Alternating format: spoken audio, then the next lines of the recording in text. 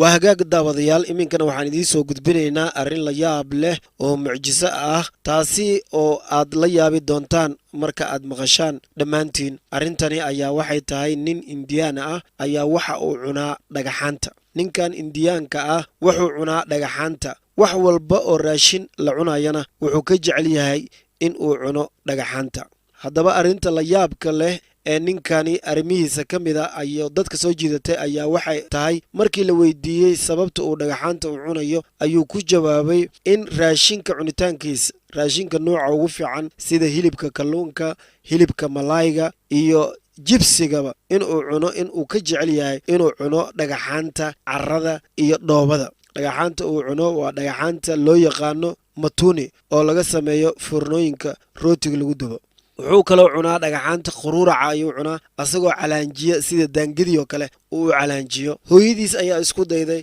in ay ka reebto dhagaxaanta uu cunayo wax badan ayayna hooyadiis kala hadashay in ay arrintani ka reebto waa ay ka daashay in ay ka reebto mar walbana waxay aragtaa wiilkeeda oo dhagaxaan cunayo hooyadii siday ugu dadaalaysay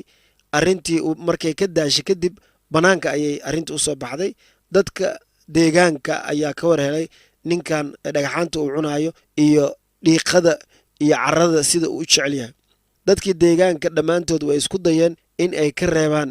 ninkan dhagaxaanta cunayo ayagana way ka quusteen inay ka reebaan markay dhinac kasta ay u mareen sidii ay dhagaxaanta cunitaankeeda ay ugu reebi lahaayeen arrinta kale ee la yaabka leh ayaa waxay tahay caafimaadkiisa waxba uma geysanayso dhagaxaantan uu cunayo markii la baaray isbitaal kasta la geeyey oo la ogaaday dhakhaatiirta ay ogaadeen qofka dhagaxaanta cuna dhibaatada uu la kulmi karo ninkan wax dhibaato ah ma qabo jirkiisa ilaa iyo markuu 10 sano jirsaday ilaa iyo maanta la joogo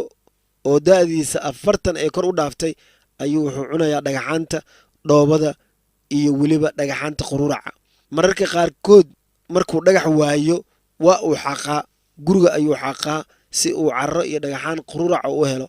markuu dhagaxaantii quruuraca iyo carrada uu isku keenana saxan ayuu ku shubtaa sidii qof raashin cunaya oo kale ayuu haddana uu cunaa ninkani ayaa ilaa iyo haatan la joogo waqtigani waxa uu yahay ama noloshiisa ay tahay mid dhagaxaanta cuna sida raashinka caadiga ah dhagaxaanta iyo dhiiqada carrada iyo weliba